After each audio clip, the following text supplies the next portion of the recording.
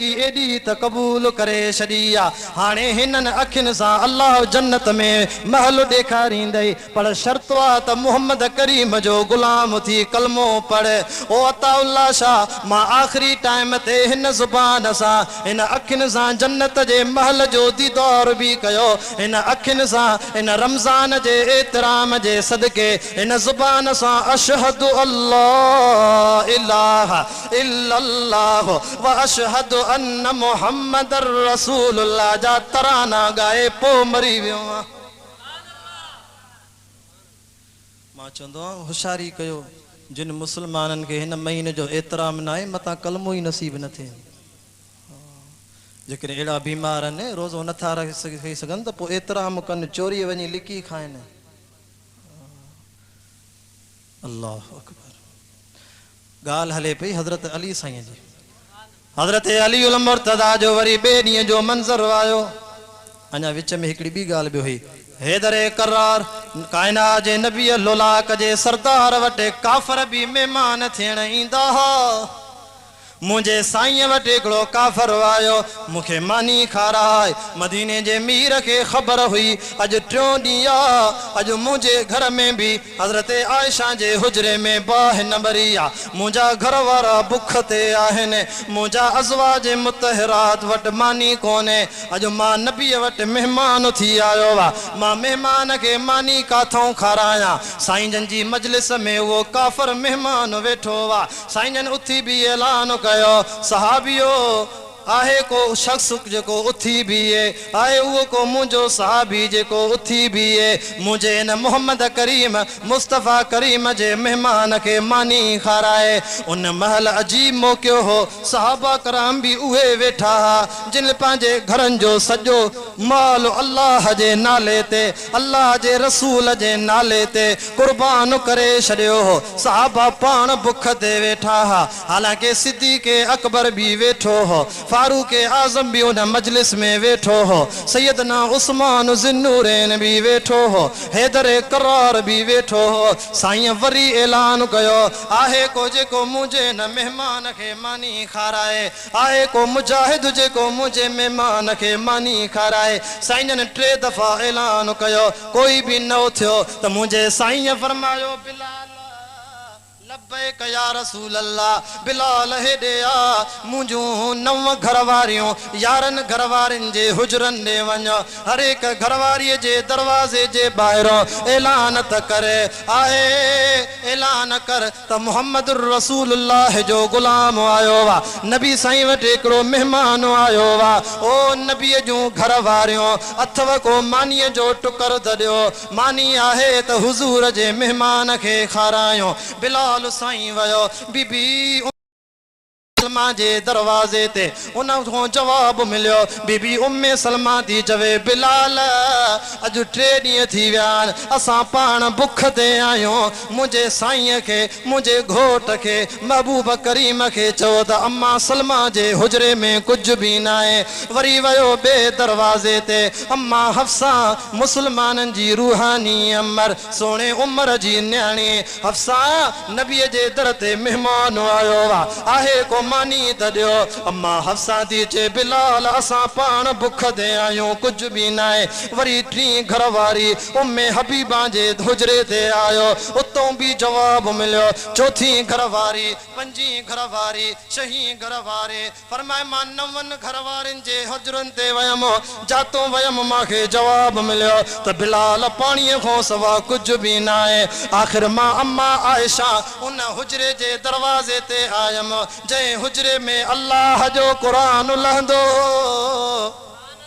उन हुजरे में आयम जंहिं हुजरे में मोहम्मद मीर भलारी रातन में आराम कंदो हो। उन हुजरे जे दरवाजे ते आयम जेको हुजरो मोहम्मद रसूलुल्लाह जो रोज़ो बणजी वियो। फरमान नबी साईं जो मेहमान आयो वा, आयशा घर में कुछ आहे तॾे। अम्मा आयशा आवाज़ ॿुधियो बिलाल जो, ओ बिलाल महबूब खे पाण ख़बर आ 3 ॾींहं थी विया आहिनि, रुगो हिकिड़ो खीर जो चुको हुयो उहो नसीब कयोसीं, हाणे न खीर आ न भाजिया न मानिया बस घर में पानी को सवा बियो कुछ भी ना है बिलाल तो चे मां ॾाढो परेशान थी वयम छा चवंदो काफ़र त नबीअ जे दर ते मेहमान थियम मुसलमाननि जे नबीअ जे दर ते मेहमान थियम खाइण जे लाइ कुछ भी न मिलियो हाँ गिला कंदो काफ़र बिलाल रोए थो त मां खाली मोटी आयो आहियां साईं जी नज़र बिलाल ते पई महबूब जे अखियुनि में गोड़ा अची विया त अॼु महबूब खे अल्लाह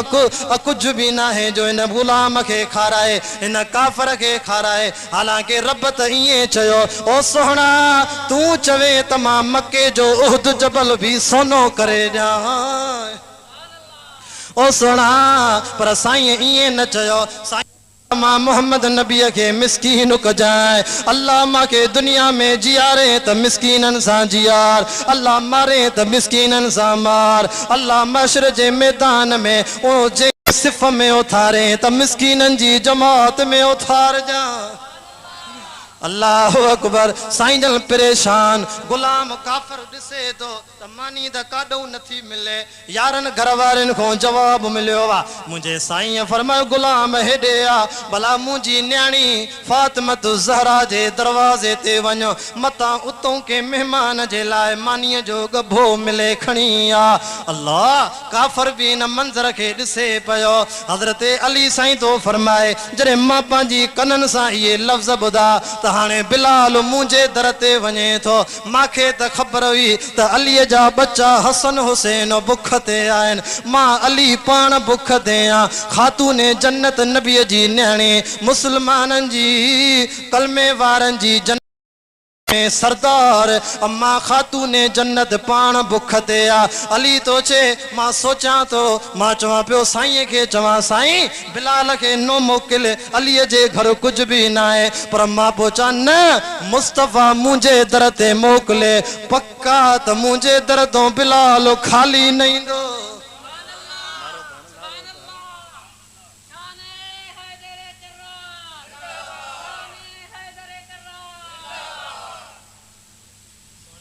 खे त पक हुई न मुंहिंजो महबूब ईअं इशारो कंदो आहे त चंड बि ॿ टुकड़ा थी वेंदो आहे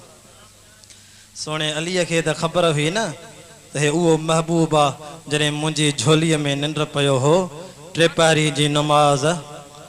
साईं त पढ़ी हुई पर मां अलीअ न पढ़ी हुई साईं जन मुंहिंजी झोल में आराम में हुया त हैदरे करार सोचे पियो त हाणे नमाज़ कज़ा थी थींदी वञे पर हीअ झोली वरी ॿीहर नसीब न थींदी हाणे साईं जी निंड फिटायां या नमाज़ पढ़ां हिकिड़ी झोली अबू बकर सिद्दीक़ खे गारे हिरा में गारे सोर में नसीब थी ये ॿीहर झोली मुस्तफ़ा करीम अली साईं जी झोलीअ में आराम में आहिनि सोणो अली तो चवे मां सोचां पियो त सिज लहण वारो आहे नमाज़ न पढ़ी आहे साईं खे निंड मूं कीअं उथारां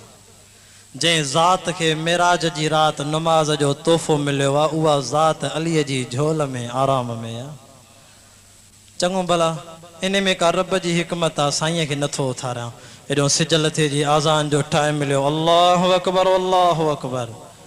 बिलाल जे आज़ान जा लफ़्ज़ ॿुधी मुंहिंजो साईं उथियो त ॾिसे त अली साईं जो चहिरो लाल ॻाढ़ो आहे अब सम्झो बि अथा परियां बि सम्झो था न ॻाल्हि मां मोटी थो अचां पंहिंजे किसे ते पर हिकिड़ी झलक यादि आई आहे सोणे अलीअ जे चेहरे खे ॾिठो मुस्तफ़ा करीम अली परेशान छो आहे सुणा जॾहिं तव्हां मुंहिंजी झोलीअ में आराम में हो साईं जंग जे मैदान मां साईं तव्हां त नमाज़ पढ़ी हुई मां अलीअ न पढ़ी हुई हाणे सिज लही वियो बिलाल जी आज़ान अची वई मां अलीअ कॾहिं नमाज़ कज़ा न कई आहे अॼु मां टेपारी जी नमाज़ हली वई अल्लाहु अकबर साईं जन उथिया महबूब करीम चंद्र सिज के इशारो करे पंहिंजी अशद आंगुर सां फरमायो ओ सिज वापस मोटी आ मुझे अली नमाज न पढ़ी आ फरमाइंदा ता किताब लिखंदा लथल सिज वापस मोटी आयो सोने अली वुजू करे 4 रकाता टेपारी जी नमाज पढ़ी आ साईं इशारो कयो ओ सिज अल्लाह जे हुक्म सां हाणे लही वञ मुझे अली नमाज पढ़ी आ तंहिंजे करे त मजलिस में अलीअ चयो न त त महबूब साईं बिलाल खे मोकिले मुंहिंजे दर तो मां सम्झा तो घर मानी कुछ भी ना है पर साईं जो मोकिले तो त साइलो खाली न ईंदो साइलो खाली न ईंदो बाबा यकीन हुयो यकीन हो सादातन जे दर तो करे साइलो खाली न ईंदो आ बिलाल साईं वयो अम्मा फातिमा जो दरवाजो खड़काए अंदरियों आवाज आयो मन अंत केरा दरवाजे ते अन बिलाल महबूब करीम जो गुलाम आया बिलाल मोज़िन आया खातूने जन्नत फरमायो बिलाल कीअं आयो बिलाल तो चेसि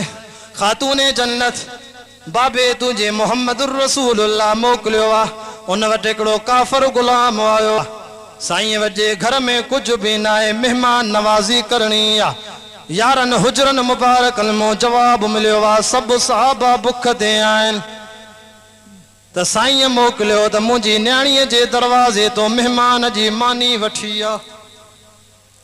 खातूने जन्नत डिठो त घर में त कुछ ना है मां त हाणे कुरान जी लोली ॾेई करे बचड़न खे निंड कराई आ खातूने जन्नत पांजे बच्चन के कुरान जी लोली दींदी हुई खीर प्यारे भी कुरान पढ़े अट जंड्र हलाए भी कुरान पढ़े बच्चन के पींघे में लोडे भी कुरान पढ़े निंड कराए भी कुरान पढ़े तरे तो हुसैन चवंदो हो त मां कुरान जा 7 सिपारा सब खां पहिरों पांजी अम्मा जी जुबान मो याद कया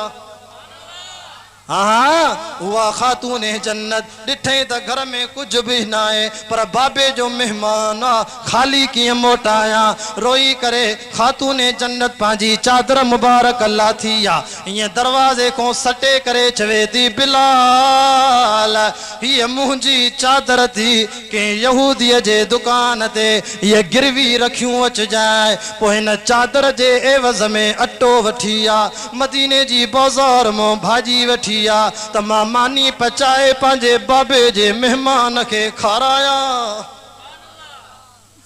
अल्लाह अकबर बिलाल तो चे मां या चादर किए वठा उन मजलिस में सुनो अली वेठो आ अली शाह चोंदो बिलाल मुंजी गैरत याद ना आई शेरे खुदा फातिह खैबर जो नाराज थी वने असद अल्लाहुल गालिब शाह चोंदो बिलाल घर में कुछ न मोटी अचे आ मुंजी घरवारी जी चादर खणी यहूदी जे दुकान ते गिरवी करे आए अल्लाह हजरत अली जे रोब खो मां चादर न थो वठा पर खातूने जन्नती चे बिलाल महबूब करीम जो वास्तो थी कुरान जो वास्तो थी रब जो वास्तो थी या चादर वठ अली के मां पान राजी कनम या चादर वट मता काफर तानो दई चवन त नबी साईं वट कुछ भी नाए मेहमान थी वयासी खाली मोटी आयासे बिलाल मुझे बाबे जे मेहमान के खाली न बिलाल जी अखिल मो नीर वही आया तो मुसलमानन जे लोलाक नबी जी आखिरी न्याणी उहा खातूने जन्नत जेका घर में इंदी ही तो नबी साईं उथी बीहंदी इस्तकबाल कंदा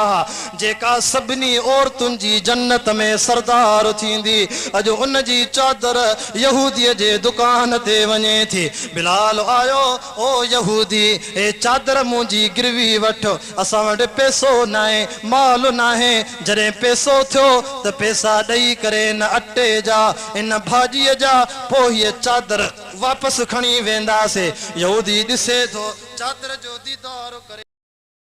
वाह खूबसूरत चादर हसीन चादर बिलाल बुधाए त सयो ही चादर कंहिंजी आ बिलाल ही चादर कंहिंजी आ बिलाल तो ते तुंजो चादर सा केड़ो वास्तो बस तू इन गिरवी रखो माके मानी जे ला अटो खपे माके भाजी ला पैसा खपने यहूदी तो चवे मा इए न दींदो साए मा इए न दींदो साए जैसी तई बुधाईंदे न त ही चादर कंहिंजी आ बिलाल मजबूर थी पयो रोई करे चवे तो ही चादर मुसलमानन जे नबी जी प्यारी न्याणी फातिमा ज़हरा जी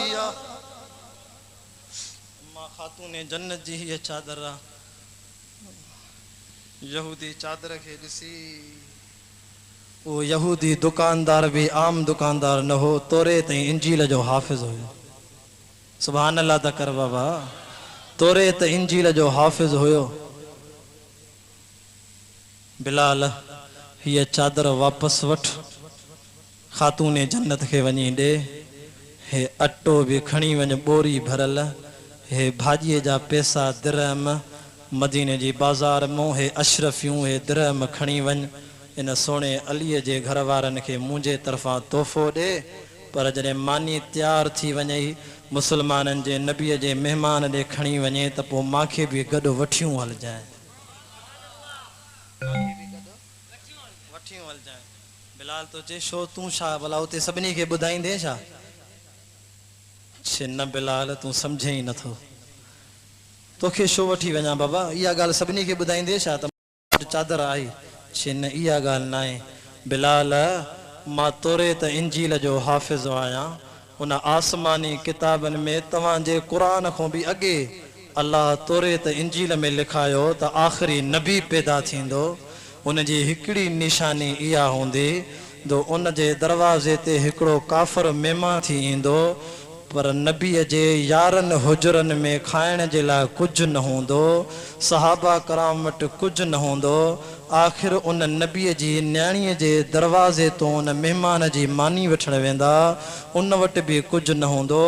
पोइ उन मुस्लमान जे नबीअ आख़िरी जी इहा निशानी आहे उन जी न्याणी पंहिंजी चादर खणी मदीने जी बाज़ार जे हिकिड़े यहूदीअ जे दुकान ते गिरवी रखंदी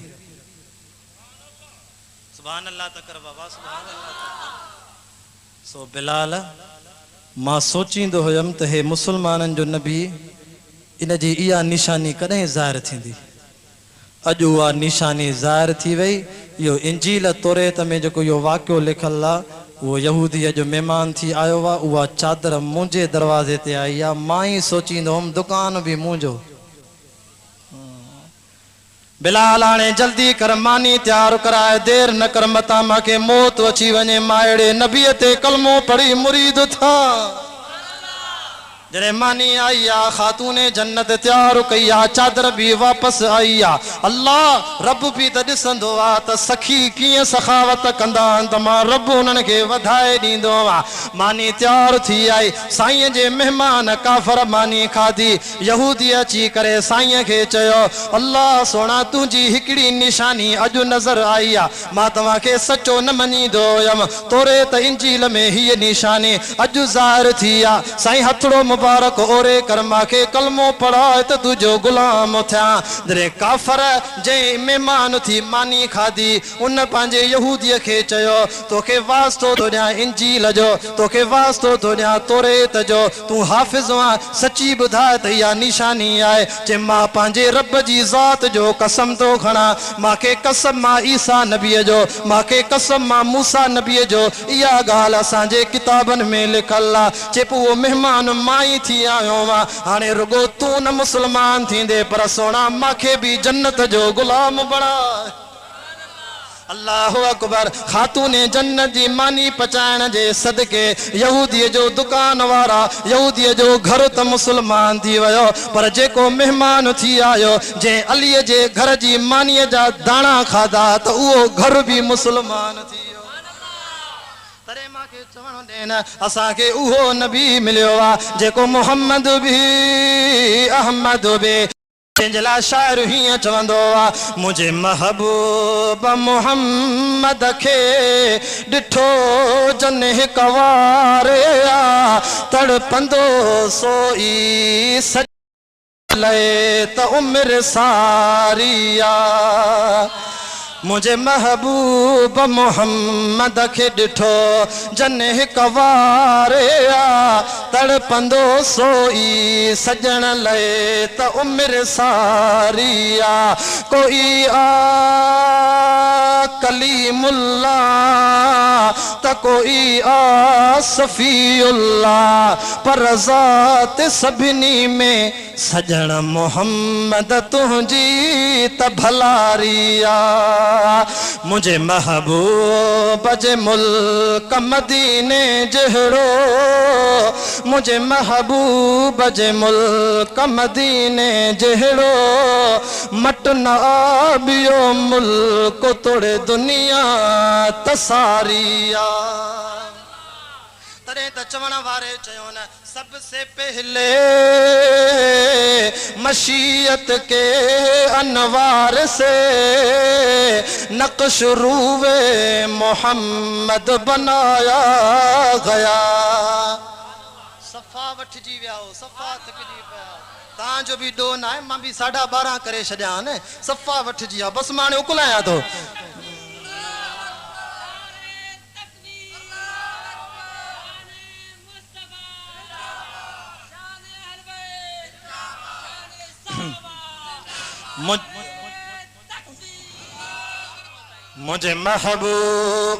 मुझे महबूब मोहम्मद खे ॾिठो जन हिक वारे आ, तड़पंदो सोई सजण लए त उमिरि सारी आ। अदा परियां बि ॻाल्हायो, तव्हां बि ॻाल्हायो। अॼु पप्पू साउंड कंबर वारे बि दिलि ख़ुशि करे छॾी आहे। ॻाल्हाए सुभान अल्लाह कर। मुझे महबूब मोहम्मद खे ॾिठो जन हिक वारे आ, तड़पंदो सोई सजण लए त उमिरि सारी आ।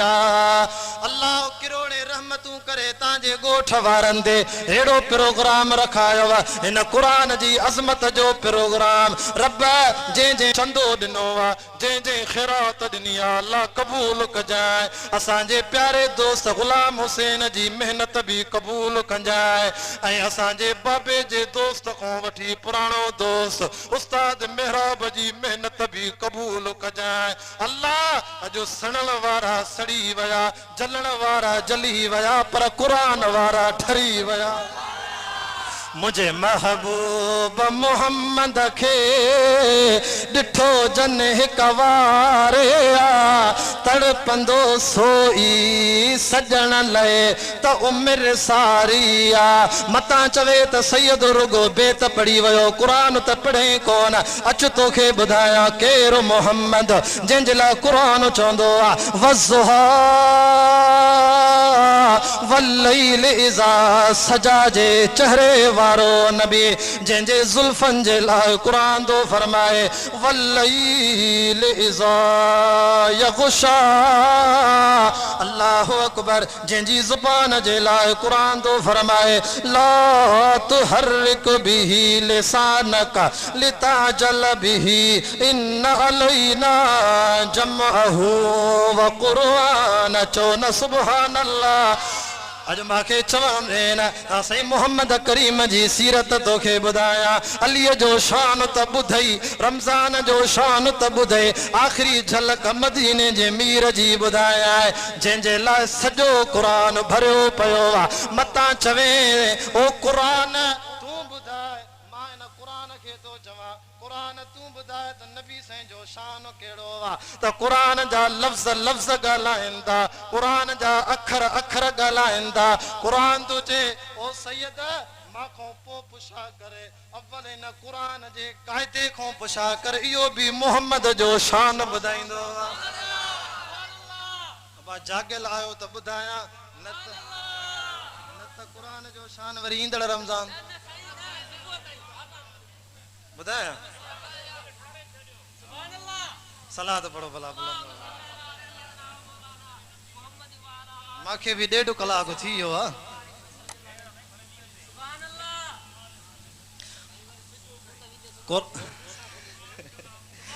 क़ुरान तो चवे माखों पोइ पुछा कर ओ सैयद, अव्वल हिन क़ाइदे खां पुछा करे जेको हाफ़िज़ साहब नंढड़े मासूम ॿार खे पढ़ाईंदो आहे। साईं भला क़ाइदे जी कहिड़ी तख़्तीअ खां पुछां? क़ाइदे में बि त 25 तख़्तियूं न। 25 तख़्तीअ खां पुछां, 24 खां पुछां, 23 खां पुछां, 20 खां पुछां, 18 खां पुछां, 17 खां पुछां। त क़ाइदो चवे थो शाह साहब पहिरीं तख़्तीअ जे पहिरें वर्क खां पुछा कर। पहिरीं तख़्तीअ जे पहिरें वर्क खां पुछा कर त उहो बि तोखे मोहम्मद जो शान ॿुधाईंदो।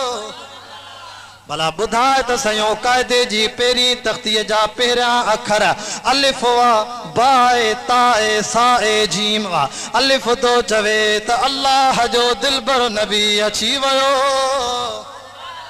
तव्हां न ॻाल्हाईंदो, मां बि न ॻाल्हाईंदोमांव। अलिफ तो चवे त अल्लाह जो दिलबर नबी अची वियो।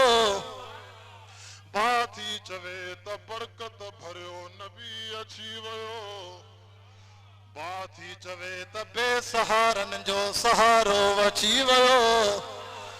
अल्लाह बादी चवे त मदीने ओ मक्के खे ऐं सॼी दुनिया खे बरकत ॾियण वारो नबी अची वियो